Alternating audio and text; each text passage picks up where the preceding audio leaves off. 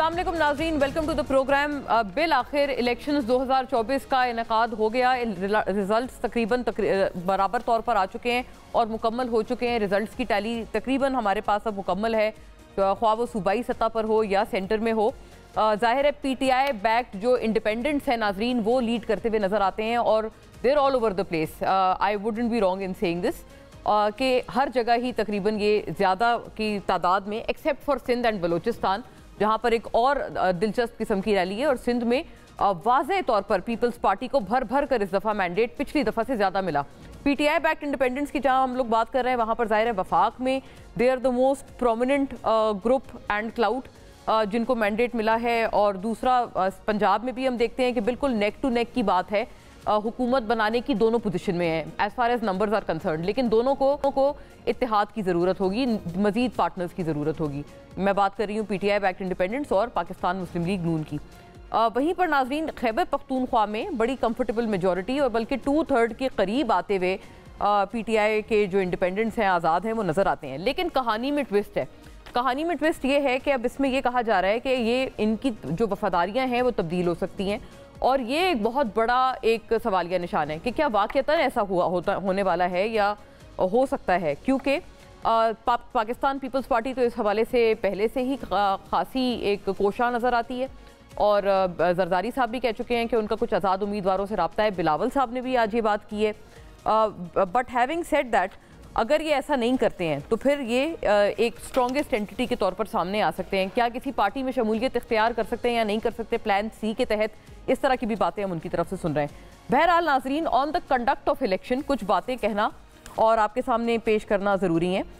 एक तो इसके ऊपर जो बैनुल-अक़वामी सतह पर आप देख रहे हैं कि जो एक रद्द-ए-अमल आया है, मेरे प्रोड्यूसर साहब से कहूँगी कि वो चलाएं ताकि हम ये तफसीली तौर पे आवाम को बताएं। ये एक लूप है नाजरीन जो हमने तैयार किया है कि जिसमें कांग्रेस जो मेन हैं, कांग्रेस वुमेन हैं, वो तशवीश का इजहार करते हुए नज़र आ रहे हैं कि जी इलेक्शंस के कंडक्ट पे Sheila Jackson Lee, Summer Lee, Susan Wild, John James, Ilhan Omar, David Cameron, of course congress women Susie Lee, congress women Jasmine, Michael Steel, Veronica Escobar, Ro Khanna और जोकिन कैस्ट्रे, ये तमाम वो लोग हैं जो कि अपने तहफ़्फ़ुज़ात का इजहार कर रहे हैं। बाय एंड लार्ज ये बात ये की जा रही है कि इन तमाम तहफ़्फ़ुज़ात को एड्रेस किया जाए on the conduct of election, और उसी सूरत कोई भी हुकूमत जो बनेगी वो काबिल कबूल होगी बैनुल-अक़वामी सतह पर। इसी तरह की नाजरीन यूरोपियन यूनियन की तरफ से एक स्टेटमेंट है, वो भी नाजरीन के सामने अगर हम रख सकें। Statement by the high representative on behalf of the European union on the general election,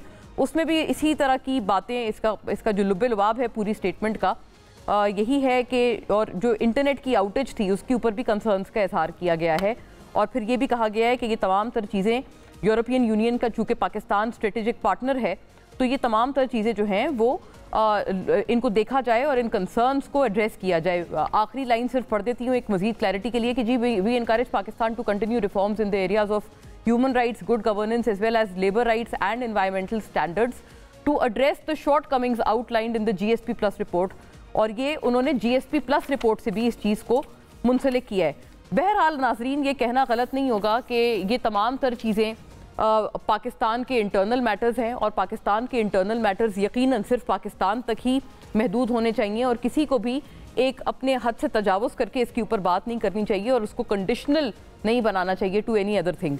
इसके ऊपर मिनिस्ट्री ऑफ फॉरेन अफेयर्स का भी नाजरीन स्टेटमेंट आया है, और वो उन्होंने बड़ी स्ट्रॉन्ग एक्सेप्शन दी है। उनका भी स्टेटमेंट दिखाइएगा। इन तमाम बैनुल-अक़वामी जो ऑब्जर्वेशंस हैं और तहफ़्फ़ुज़ात हैं, इनके ख़िलाफ़ और इनको रीबट करते हुए मिनिस्ट्री ऑफ फॉरेन अफेयर्स जो है वो कहते हैं कि हमने बड़ा स्ट्रॉन्ग नोटिस लिया है कि कुछ ममालिक की तरफ से और कुछ इदारों की, ऑर्गेनाइजेशंस की तरफ से जनरल इलेक्शंस पर जिस तरह की बातें हो रही हैं, और साथ साथ उन्होंने ये भी कहा है कि ये जो नेगेटिव टोन है, ये स्ट्रॉन्ग वर्डेड स्टेटमेंट है नाजरीन मिनिस्ट्री ऑफ फॉरेन अफेयर्स का। We are surprised by the negative tone of some of these statements. और साथ साथ उन्होंने कहा है कि ये तमाम जो चीज़ें हैं ये पाकिस्तान के अंदरूनी मैटर्स हैं। बिल्कुल ये बात सही है नाजरीन, लेकिन एक तल्ख हकीकत ये भी है कि हमने चूँकि इसी वर्ल्ड ऑर्डर में रहना है तो बहुत हद तक इन चीज़ों को इग्नोर नहीं किया जा सकता और बिल्कुल इन चीज़ों को लेट गो नहीं किया जा सकता। Obviously Veer a part of the same ecosystem. तो बैनुल-अक़वामी तर्ज पर भी ज़ाहिर है हमें हिमायत की, हमें इंडोर्समेंट की ज़रूरत है, हमेशा हर मुल्क को होती है, और पाकिस्तान एक बहुत इंपॉर्टेंट पार्टनर है तमाम इस वर्ल्ड ऑर्डर का। इस बात को भी एक तल्ख हकीकत है which we must also keep in mind. तमाम मामले पे नाजरीन बात करते हैं। फौरी तौर पे अपने मोअज़्ज़ज़ मेहमानों का रुख करूंगी। आज एक डेकोरेटेड गेस्ट पैनल मेरे साथ मौजूद है। काफ़ी उसमें वो लोग हैं, उसमें कुछ वो भी अफराद का और जेंटलमैन का शुमार है जो कि जीते हैं इलेक्शन, कुछ वो हैं जो कि जिन्होंने अपने रिजल्ट्स को चैलेंज किए और कुछ वो भी हैं जिन्होंने बहुत मैग्नानिमिटी का मुजाहरा करते हुए रिजल्ट्स को तस्लीम किया है। All this and more after a break. Stay with अस।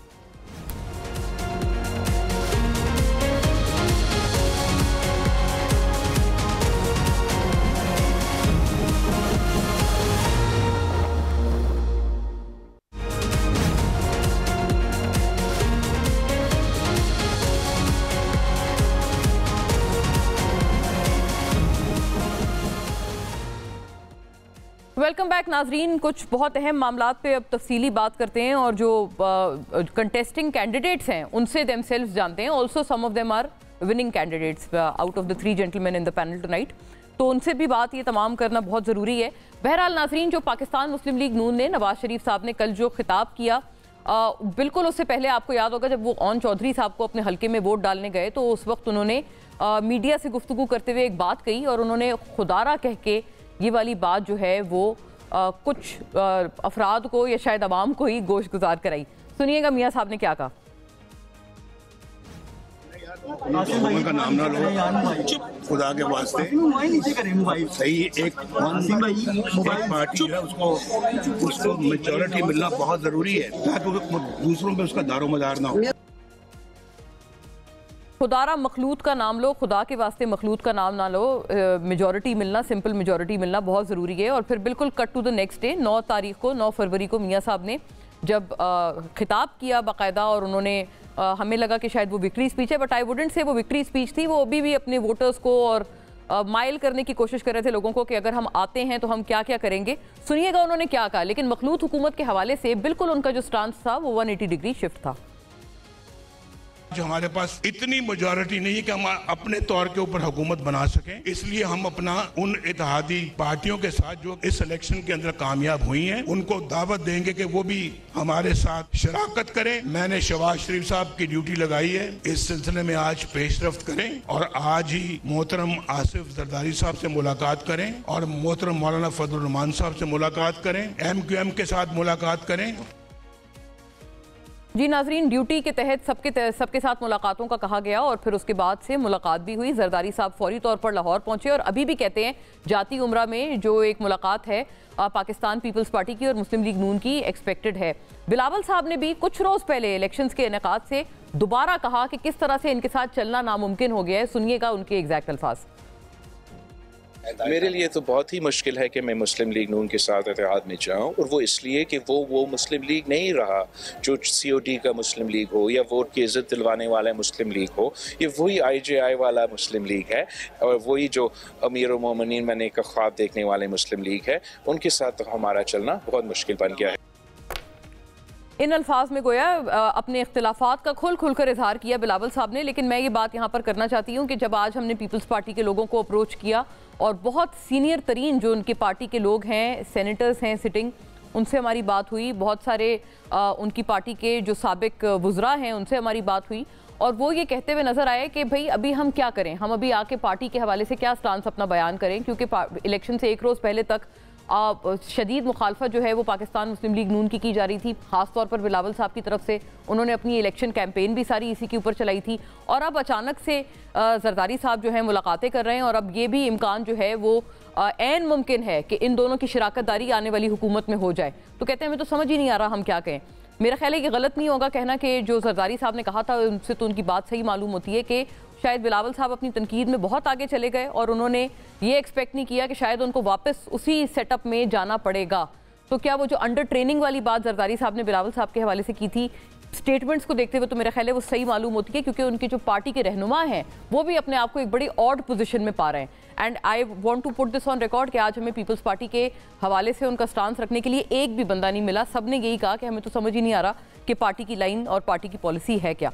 फौरी तौर पे अपने मेहमानों का रुख करती हूँ नाजरीन। इन तमाम मामलात पे गुफ्तगू करना बहुत ज़रूरी हो चला है। तैमूर झगड़ा साहब यहाँ स्टूडियो से हमें ज्वाइन कर रहे हैं, पाकिस्तान तहरीक इंसाफ के stalwart. Former minister of the Khyber Pakhtunkhwa for health and finance. Taimur साहब, आपको वेरी वार्म वेलकम। फॉर्म 45 माशाल्लाह तैमूर साहब अपने हाथ में लिए घूम रहे हैं और मैंने उसमें सरसरी सी एक नज़र गुजारी है। ट्राइब्यूनल वगैरह में भी वो मामला लेके गए हैं। मोहसिन रांझा साहब नाजरीन पाकिस्तान मुस्लिम लीग नून के स्टॉलवर्ट हमें ज्वाइन करते हैं इन तमाम तर बहस में और he is very graciously join the panel. और मैं भी ये बात भी ऑन रिकॉर्ड रखना चाहती हूँ कि रांझा साहब ने बड़ी मैग्नानिमिटी का मुजाहरा करते हुए फौरी तौर पे उन्होंने कहा कि वो तमाम चीज़ें जो हैं वो रिजल्ट्स जो हैं अवाम का जो मैंडेट है वो तस्लीम करते हैं।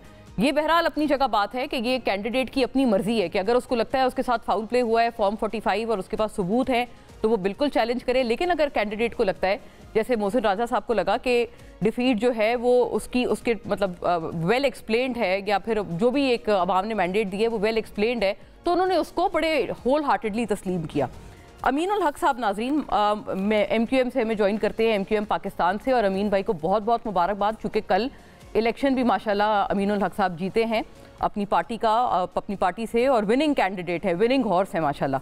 आपको भी बहुत बहुत खुशामदीद अमीन भाई। आपसे मैं बड़ी सारी बातें करनी है और माशाल्लाह जैसे ये भी बात करना ज़रूरी है कि MQM को इस दफ़ा भर भर कर कराची से मैंडेट मिला है।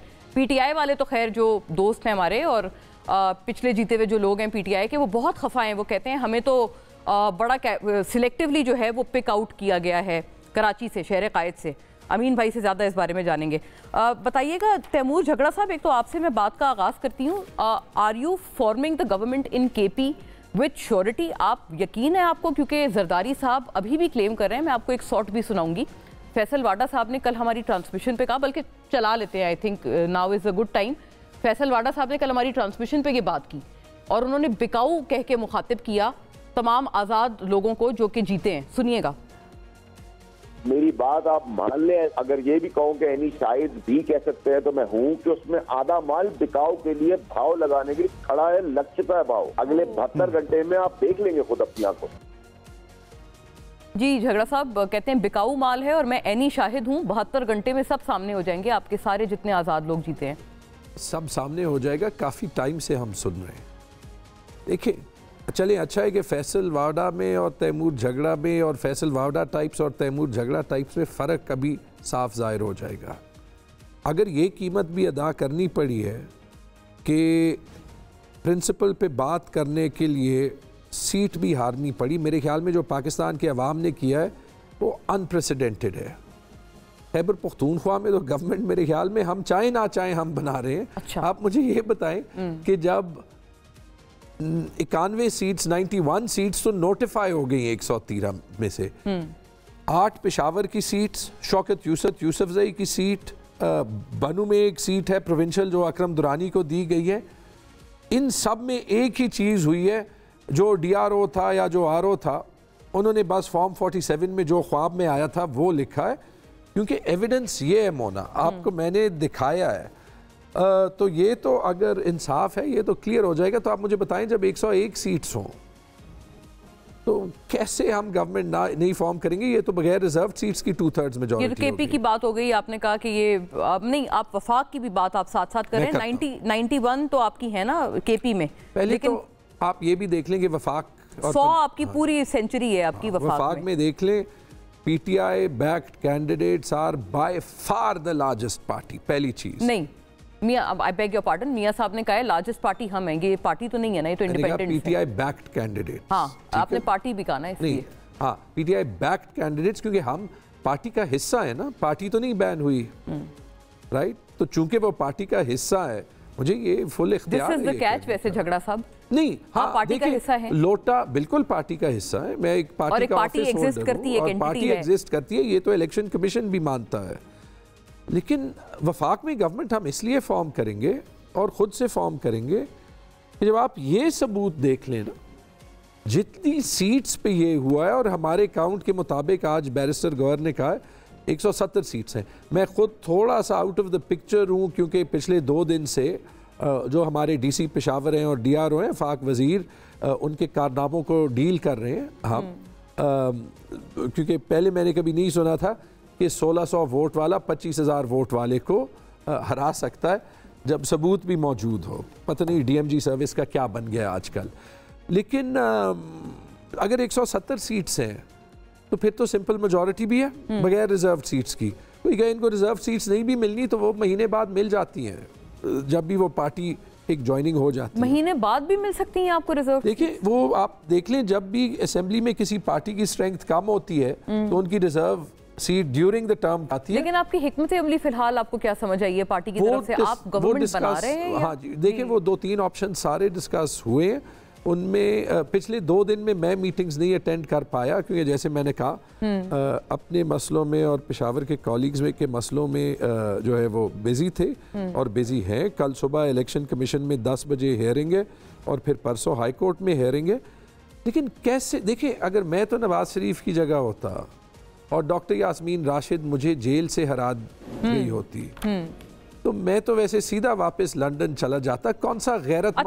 कौन सा गैरतमंद आदमी जो है वो इस टाइप की हार को भी जो है वो जीत में कन्वर्ट करना चाहता है और क्लेम करना चाहता है। Let me take this ahead क्योंकि मैटर ऑफ फैक्ट ये भी है ना झगड़ा साहब, वो कहेंगे जैसे आप चैलेंज कर रहे हैं तो नवाज शरीफ साहब ने भी चित्राल जो मानसेरा के उनके रिजल्ट्स हैं बिल्कुल वो उन्होंने चैलेंज किए हुए हैं यास्मीन राशिद साहिबा के अगेंस्ट, तो वो जीत लेकिन मैंने नवाज शरीफ को या पंजाबियों को बेवकूफ़ नहीं कहा, उन्होंने पख्तून कौम को ज़रूर कहा था। अच्छा, इस बात पे काफ़ी डिसग्रंटल्ड जो है वो इवन ANP के भी लोग और तैमूर झगड़ा साहब ने भी ट्वीट किया था, वो दोहरा भी रहे हैं। मोहसिन रांझा साहब को एक दफ़ा फिर मैं वेलकम करती हूँ फॉर्मली, वेरी वार्म वेलकम। और रांझा साहब मैंने अभी इस बात की मैंने बिल्कुल एक तारीफ़ की है और कि आपने होल हार्टेडली अपने रिजल्ट्स और जो आवाम का मैंडेट है आपने तस्लीम किया, आपने ट्वीट किया। और ये भी एक कैंडिडेट का राइट है, वो चाहे तो चैलेंज करे लीगली स्पीकिंग या उसको लगता है कि जस्टिफाइड है तो वो तस्लीम करे जैसे आपने किया। तो ये एक मिसाल दे रहे हैं वो। और मैं वैसे अमीन भाई का भी मुझे बताया जा रहा है कि मैं उनसे अगर ये वाली बात भी कर लूँ। Formally welcome to you Ranjha साहब। जी अमीन भाई, आप बताइएगा, ये PTI के लोग तो बहुत नाला हैं, वो कहते हैं कराची में तो ज्यादतियों के अंबार और पहाड़ तोड़ दिए गए हैं क्योंकि जो कहते हैं वो जो इंटरनेट बंद था उसकी वजह से इलेक्शंस को मैनिपुलेट किया गया और 16 सीटें आपको जितवाई गई। जिस शहर से PTI पहले पिछले इलेक्शन में 14 सीटें जीतकर फाते रही थी और आप तमाम को हराया था। मोना, मेरा ख्याल है लेट स्टार्ट फ्रॉम दी 25 जुलाई 2018। मेरा ख्याल है कि शाम के 6 बजे RTS सिस्टम बैठ गया था।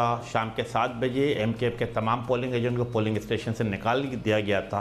रात के 8:30 बजे MKM पाकिस्तान वाहिद अखलौती सबसे पहली सियासी पार्टी थी जिसने प्रेस कॉन्फ्रेंस करके ये तमाम चीज़ें मीडिया के नुमाइंदों को बताया भी था। उसके बाद फिर मैं ख़ुद अपने ज़ाती तौर पर बताऊँ कि 25 जुलाई का इलेक्शन हुआ, 26 के मेरा रिजल्ट नहीं आया था, 27 की रात के 12:30 बजे मुझे रिजल्ट दिया गया था। तो मैं समझता हूँ कि ये माजी में ये चीज़ होता है और MKM इन चीज़ों को करते, हमारा ख्याल है कि मीडिया पे बताती भी चली आई है। MKM की वादा दो टोक पॉलिसी क्या है? वादा पॉलिसी के यस आददाना, मुनसिफाना, शफाफ और पुरअमन इंतखाबात को इनेकाद के यकीनी बनाया जाए। और MKM ने इसके हवाले से हत्युल इम्कान कोशिश की कि शहर कराची बिलखसूस हैदराबाद में, कराची में, मीरपुर खास में अदम तसादुम, अदम तशद्दुद की पॉलिसी पर कारबंद रहकर अपनी पूरी सियासी कैंपेन चलाई है। मैं समझता हूँ कि यस हमें अगर किसी भी सियासी पार्टी को, चाहे वो PTI हो या जमात इस्लामी या कोई भी सियासी पार्टी, मैं नाम नहीं लेता, लेकिन उन्हें किसी किस्म की शिकायत है तो मेरा ख्याल है कि वही अमल करना चाहिए जो MKM पाकिस्तान ने किया था। MKM ने क्या किया था कि हमने तमाम RO के साथ एप्लीकेशन लगाई, उसके बाद हमने इलेक्शन ट्रिब्यूनल में गए, हाई कोर्ट में गए। तो मेरा ख्याल है कि जमहूरी तरीक़ेकार के मुताबिक बिल्कुल आगे बढ़ना हर सियासी पार्टी का हक़ है। और मैं अच्छी बात ये थी कि MKM पाकिस्तान ने 4 महीने पहले अपनी इलेक्शन कैंपेन शुरू की थी, अपने अवाम, अपने कारकुनान, अपने वोटर के दरमियान मौजूद रही। और यही वजह है कि MKM पाकिस्तान ने शहर से, कराची शहर से मेरा ख्याल है आउट ऑफ 22 15 कौमी असेंबली की सीट जीती है। हैदराबाद की सीट पिछले 4 दहाइयों से MKM जीतती चली आ रही है। हमने तो अपनी तमाम सीटें जो हमसे हासिल कर ली गई थी उसको रिटेन किया। और मैं समझता हूँ कि और जो बड़े बड़े जलसे शहर कराची में MKM ने किए हैं, बिलखसूस 21 जनवरी को बाग जिना में कराची की तारीख का बड़ा जलसा। लेकिन अमीन भाई, आप अभी कह रहे हैं अमीन साहब, लोगों ने इसको देखा और मेरा ख्याल है तब मेरा ये अर्ज़ है, आप कह रहे हैं कि आपने बिल्कुल जमहूरी तरीका इख्तियार किया अपने एतराज़ात को आगे ले जाने का, और दीगर को भी यही करना चाहिए जिनको आज एतराज़ात हैं। लेकिन एक आपने एक और काम किया सर, जो आप कह रहे हैं RTS बैठने की बेनिफिशरी पार्टी थी, आपने उनके साथ इत्तेहाद कर लिया और आप उनके साथ गवर्नमेंट में चले गए। तो ये एक डबल भी तो पॉलिसी इसको लोग कह रहे हैं। जी मोना देखिए, एमकेएम को ये भी क्रेडिट जाता है ना कि एमकेएम ने अगर उस वक्त की हुक्मरान पार्टी से इत्तेहाद किया तो सिस्टम को बचाने के लिए। अगर एमकेएम नहीं जाती तो क्या जमहूरी रवायत कायम रह सकती थी, क्या नाम है, पार्लियामेंट कायम रह सकती थी? मेरा ख्याल ऐसे ही इसका जवाब नफ़ी में होता। तो एमकेएम की कोशिशें काबिश रंग लाए, सिस्टम चल पड़ा था। मेरा ख्याल है आज फिर, जबकि कीपिंग इन द माइंड के एमकेएम को 25 सीट से कम के 7 सीट भी कर दी गई थी। आज फिर अल्हम्दुलिल्लाह अगर आप एमकेएम पाकिस्तान को देखते हैं, अर्बन सिंध को देखते हैं, तो एमकेएम की 17 ऑलरेडी कौमी असम्बली की सीट कराची हैदराबाद की मौजूद, हम जीत चुके हैं।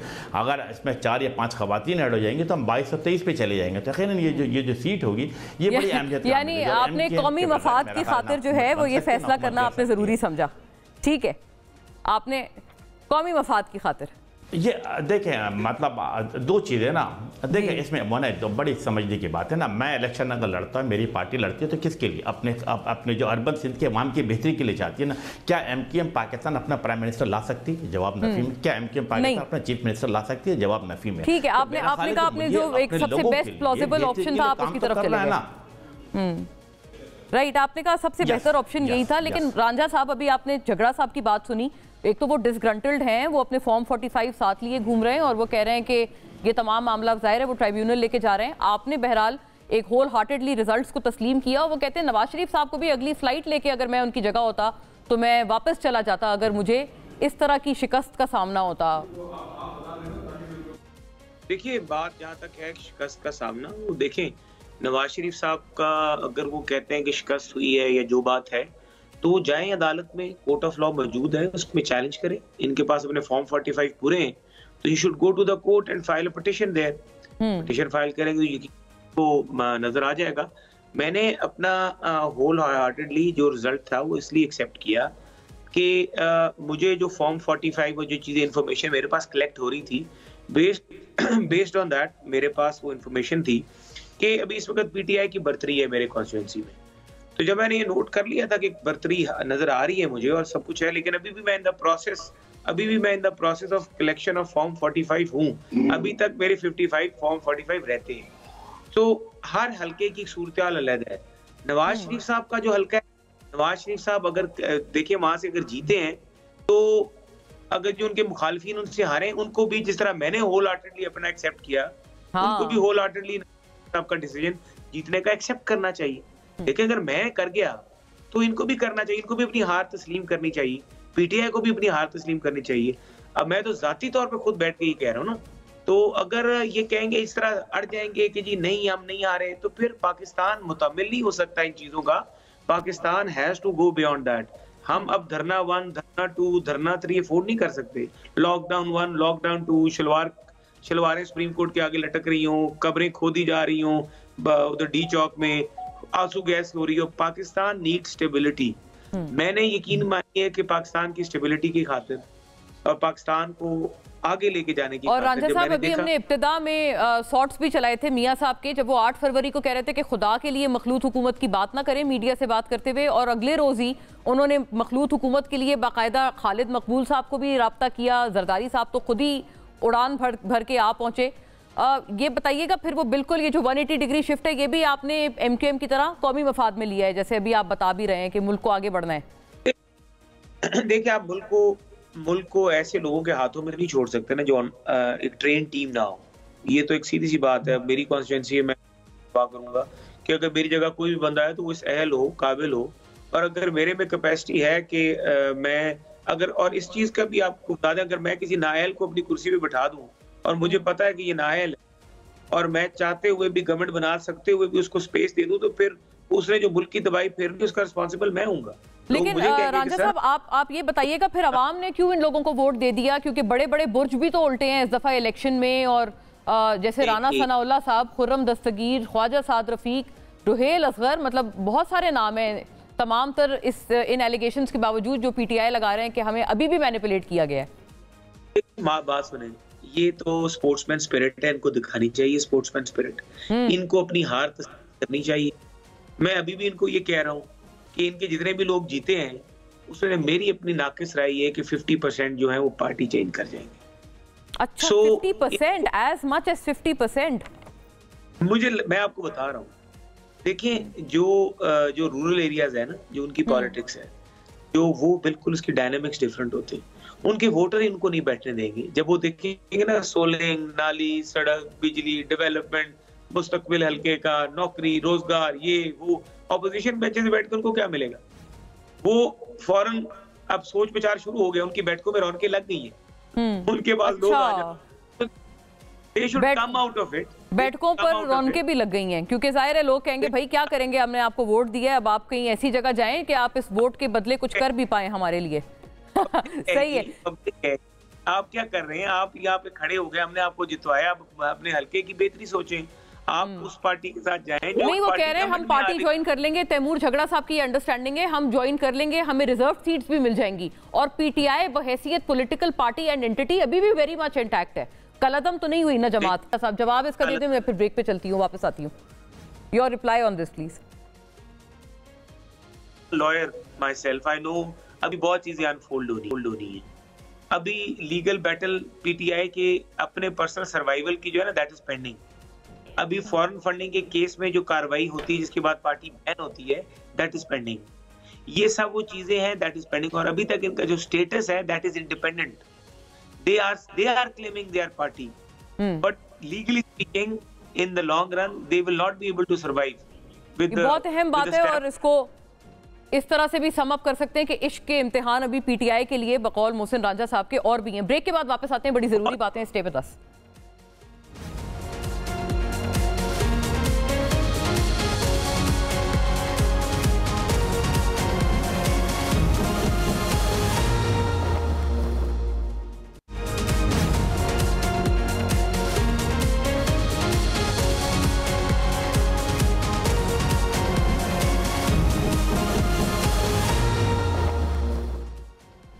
वेलकम बैक नाजरीन। बहुत ज़रूरी इन मामलात को मज़ीद आगे बढ़ाती हूँ, और अभी आपने खबर जैसे देखी कि रायवंड जाने का जो इरादा था, जाती उम्रा का इरादा था जरदारी साहब का, इसकी बड़ी हाइप थी कुछ घंटों से, लेकिन वो मुलतवी हो गया है प्लान। तो झगड़ा साहब इसीलिए तो मुलतवी नहीं हुआ कि उनके पास आपके जो इंडिपेंडेंट्स हैं जरदारी साहब के पास काफ़ी जमा हो गए, अब उनको शायद ज़रूरत नहीं है PMLN की, एज मोहसिन रांझा साहब हैज़ ऑल्सो क्लेम्ड 50% तक आगे से लॉयल्टीज चेंज करेंगे। या फिर जमा नहीं है? जमा नहीं है, इसलिए भी तो मुलतवी हो सकता नहीं। अगर जमा नहीं होंगे तो उनको तो चाहिए ना लोग। पीपल्स पार्टी अकेले तो नहीं बना सकती ना गवर्नमेंट, तो उनको या तो आपके लोग जा रहे हैं उनके पास। अगर आप दोनों को मिला भी दें, यानी इंडिपेंडेंट्स और पीपल्स पार्टी को सारों को मिला ले, तो बेयरली उनकी हुकूमत जो है वो बनती है। हाँ, 50% पीपल्स पार्टी अपनी तादाद PMLN से ज्यादा करना चाहती है, और नहीं कोई इमरान खान का सिपाही जा रहा, नहीं जा रहा। क्या क्लेम है आपके पास? रांझा साहब मुस्कुरा भी रहे हैं, वो कह रहे हैं कि 50% लोग कहेंगे आपको हमने वोट दिया, आपने हमने बदले में क्या दिया? लगे हुए हैं PTI खत्म है लाइक ब्रोकन रिकॉर्ड लगे हुए हैं पूरे PMLN। ठीक है, अवाम ने बता दिया ना, पंजाब में बता दिया ना। इन हालात में अगर ऐसे इलेक्शन ना होता, मतलब पंजाब का तो जो इलेक्शन है वो तो कभी इडी अमीन युगांडा में भी ना कराता, ठीक है, उसके बावजूद इनको कहाँ पे जो है वो शिकस्त एक्सेप्ट करनी पड़ी है। तो देखें, अच्छा दूसरी चीज़ वो कह रहे हैं आप भी कर लें, आप भी कुछ मैग्नेनिमिटी का मुजाहरा करें। अगर आप एक सेकंड के लिए मैं अब उस पर भी आता हूँ, I want to talk about that. लेकिन अगर आप ये भी कहें ना, वो स्पोर्ट्समैनशिप पहले कहती है कि PTI बैक कैंडिडेट 100 हैं, कि पहला मौका ये PTI को दें हुकूमत फॉर्म करने का। कौन दे? सारी पार्टी। अच्छा। ये पॉलिटिकल कल्चर होता है। हाँ। ठीक है, अब स्पोर्ट्समैनशिप की बात आई, मैं एग्री करता हूँ। मैं अपने चचा के साथ 5 इलेक्शन जो है वो सपोर्ट किया था उनको, 3 वो जीते थे, 2 हारे थे। दोनों में जो है वो हमने हार तस्लीम की थी, और मैं उन लोगों में से था जो और लोगों कहता था कि यार इसको कंट्रोवर्शियल। वो तो आपका अच्छी बात है, आपका इंडिविजुअल एक्ट है ना। नहीं, लेकिन आपकी पार्टी तस्लीम करे। अगर ये हो कि 1600 वोट 25,000 वोट पे जो है वो साबिकत हासिल कर दे, मैं आपको भी ये ऑफर करता हूं, मैं मोहसिन साहब को भी करता हूं, देख लें, मुझे बता दें कि मुझे अपने वोटर्स का मैंडेट के लिए लड़ना चाहिए या मुझे एक्सेप्ट करना चाहिए। क्योंकि जितना मेरा सिर्फ आपसे ये अर्ज है, आपके पास श्योरिटी क्या है कि आपके कहीं नहीं जाएंगे आपके इंडिपेंडेंट? 2 मुख्तलिफ बातें हैं, राइट। यहाँ तक मैंडेट एक्सेप्ट, मतलब शिकस्त तो सिंगल लार्जेस्ट पार्टी तो नंबर्स जो ऑलरेडी है, ठीक है, तो शिकस्त तो वहां से भी नहीं बनती। इनको पहले तस्लीम करना चाहिए कि ये सिंगल लार्जेस्ट पार्टी नहीं है। जहाँ तक लोगों के जाने की बात गुड इंटरप्रिटेशन, जहाँ तक लोगों को की जाने की बात है, अगर लोग देखेंगे, आपको पता है मुझे पोलिंग डे पे मैं जा रहा था, मैं फिरा, मुझे खवातीन ने रोका है बार बार पेशावर के कल्चर में। अच्छा, हम तुम्हें वोट नहीं दे रहे, हम इमरान खान को वोट दे रहे हैं, आपने हिलना नहीं है। अच्छा, इतना मोरल प्रेशर है, अवाम का प्रेशर है भाई, जिस अवाम का आप क्लेम कर रहे हैं रांझा साहब के अदरवाइज प्रेशर है, वही कह रहे हैं आपने हिलना नहीं है। अमीन उल हक साहब, डॉक्टर खालिद मकबूल सिद्दीकी ने किस तरह से नवाज शरीफ साहब ने या शहबाज साहब ने, जब उनकी कल ड्यूटी लगाई गई थी मियाँ साहब की तरफ से, बड़े मियाँ साहब की तरफ से, तो किस तरह का उन्होंने जवाब दिया? मतलब आप शिराकतदारी में जाएंगे पीएमएलएन के साथ अगर आपको ये लोग कह रहे हैं कि आप हमें हेल्प करें हुकूमत बनाने में? क्योंकि सीट एडजस्टमेंट तो आपकी कोई कारामात साबित नहीं हो पाई नून लीग के साथ सिंध में। देखिए, जैसा आप वजह फरमा रही है सीट एडजस्टमेंट के हवाले से, यकीनन हमने इंटीरियर सिंध में तमाम जगहों पे नून लीग को सपोर्ट किया और आपको पता है ना कि हमारे 3000 से लेकर 30,000 तक मुख्तलिफ वोट बैंक मौजूद था। जहाँ तक नई हुकूमत के हवाले से बात है, तो कल मैं समझता हूँ अच्छी शुरुआत थी कि शहबाज शरीफ साहब ने खालिद मकबूल सिद्दीकी भाई को फ़ोन किया, अच्छे माहौल में गुफ्तगू हुई, ये दोनों ने एक दूसरे से मिलने का वादा किया। मेरा ख्याल आज या कल में या तो MKM का वक्त लाहौर जाएगा या लाहौर से मेरा ख्याल है कराची MKM के दफ्तर आएगा। तो मेरा ख्याल मज़ाकरात के अमल को आगे बढ़ाया जाएगा, लेकिन बुनियाद क्या होगी? बुनियाद मेरा ख्याल है आज से 1.5 महीने पहले उसी चीज़ की बुनियाद बनाया जाएगा कि MKM का मुतालबा था कि यस, लोकल गवर्नमेंट सिस्टम को डिसेंट्रलाइज किया जाए और इसको आइन का हिस्सा बनाया जाए। मेरा ख्याल है ये चीज़ हमने PMLN के गवर्नमेंट के साथ भी रखी थी, दूसरी सियासी पार्टी JUI के साथ भी, ANP के साथ भी, और यकीनन अगर PTI होगी उनके साथ भी रखेंगे, उनके सामने भी रखेंगे कि चीज़ों को डिसेंट्रलाइज किया जाए, यानी कि लोकल गवर्नमेंट। अच्छा, ये शराइत हैं जो कि आप रखेंगे इनके आगे, जिस तरह पैसे सबाई असेंबली के। यस, और अच्छी बात ये थी कि मेरा ख्याल है कि PMLN ने भी अपने मंशूर का हिस्सा बनाया और MKM ने भी इसको अपने मंशूर का हिस्सा बनाया हुआ है। तो खालिद साहब इतना बता दें सर, वो खालिद साहब के हवाले से ये बात मैं पूछ रही हूँ अमीन साहब के, खालिद मकबूल साहब पे ये भी तनकीद हो रही है और MQM पे भी बाय एंड लार्ज कि आप लोगों ने रात 12 बजे विक्ट्री स्पीच फिर क्यों कर दी थी? ये भी कह रहे हैं कि ये फाउल प्ले का ही अंदिया था, आपको पहले से पता था कि आपको मैंडेट दे रहे हैं और PTI वालों से मैंडेट ले रहे हैं कराची से। नहीं, देखिए, MKM एक अवामी जमात है जो अपने अवाम अपने वोटर के दरमियान रहती है और हमें उस बात का अंदाज़ा है। हमने बड़े बड़े जलसे कराची में किए और इलेक्शन से पहले किए और हमने साबित किया कैमरे की आंखों के सामने कि लाखों का मजमा मौजूद है।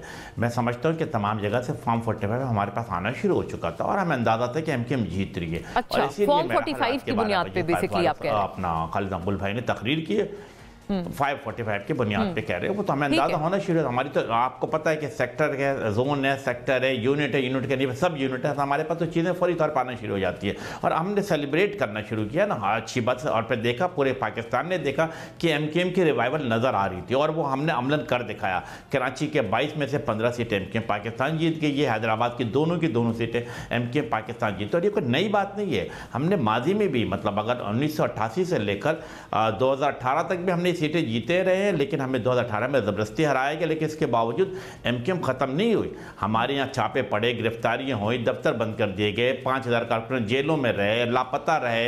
FIR राब्ता कमेटी और अराकीन असेंबली पे एक राब्ता कमेटी का मेंबर है, 15-15 आपने कभी वायलेंस का रास्ता, आप कहते हैं तमाम तर ज्यादतियों के बावजूद नहीं अपनाया और PTI के ऊपर कई लोग ये कह रहे हैं कि जी आप भी प्रोटेस्ट वगैरह करें लेकिन कोई वायलेंस को रिजॉर्ट ना कीजिएगा। मैं पूछूंगी, मुझे अगर वक्त ने इजाजत दी तैमूर साहब से बात, बट रांझा साहब जी अमीन भाई आप मुकम्मल कर लें जी। मुझे रांझा साहब हो गए या साद रफ़ी को कितने ग्रेसफुली तरीके से उन्होंने अपनी शिकस्त को तस्लीम की, तो मैं समझता हूँ कि अगर शिकस्त तस्लीम कर रहे हैं तो बाकी सियासी पार्टी को भी उसी ग्रेसफुल PTI को आप कह रहे हैं कि उनको भी ऐसी ग्रेस का मुजाहरा करना चाहिए और दूसरी की जीत को भी तस्लीम करें। सही है रांझा साहब, ये बिलावल साहब के जो बयानात आ रहे हैं उनको फिर आप कैसे डिफेंड करेंगे? वो एक रोज पहले भी ये कह रहे थे कि ये IJI वाली मुस्लिम लीग ने, ये वोट को इज्जत दो वाली मुस्लिम लीग नहीं है। फिर जरदारी साहब को कल भी मियाँ साहब ने कह दिया कि राब्ते किए जाएं। तो आपको खुद भी तो मुश्किल दरपेश होगी अपने वोटर्स के आगे इन बातों को जस्टिफाई करने में। देखिए, एक बात आपको वाज़ेह करता जो बताता चलूं वो ये है कि जहां तक इस चीज का सवाल उठता है कि उनके साथ अब बैठना, देखिए politics is art of possible. मैं तो वैसे पीटीआई को भी मशवरा दे सकता हूँ एज अ पॉलिटिशियन कि आप लोगों को भी इनसे, आप लोगों देखें, आपका सर्वाइवल है, पार्टी का सर्वाइवल। मेरे ख्याल से आप अगर ये सेंसेबल हो तो ये इनके साथ बैठे, इनके साथ बैठ के अपना political survival mutually find out करें। पार्टी के साथ बैठे, पीएमएलएन के साथ बैठे, एमक्यूएम के साथ बैठे, उस पार्टी के साथ बैठे, एनफ होगी, बहुत होगी ना लड़ाई, इलेक्शन लड़ लिया। सही। तो रांझा साहब, आपने दावत कहाँ दी बैठने की? ये बड़ी बात है रांझा साहब कि आपने दावत तो नहीं दी ना बैठने की पीटीआई को। एक जुमला मैं ले लूं अगर रांझा साहब से, वक्त क्योंकि मुझे बताया जा रहा है एकदम किल्लत है। रांझा साहब एक जुमला प्लीज। मैं पीटीआई को मशवरा दे रहा हूँ कि इनको बैठ जाना चाहिए, अपने सियासी बका के लिए, अपने लोगों के लिए, पाकिस्तान के लिए, मुल्क के लिए, ठीक है ना। मैं अगर एक्सेप्ट, ठीक है, आपने ये मशवरा दिया। नाज़रीन, running out of time. Thank you to all the gentleman. अल्लाह हाफिज।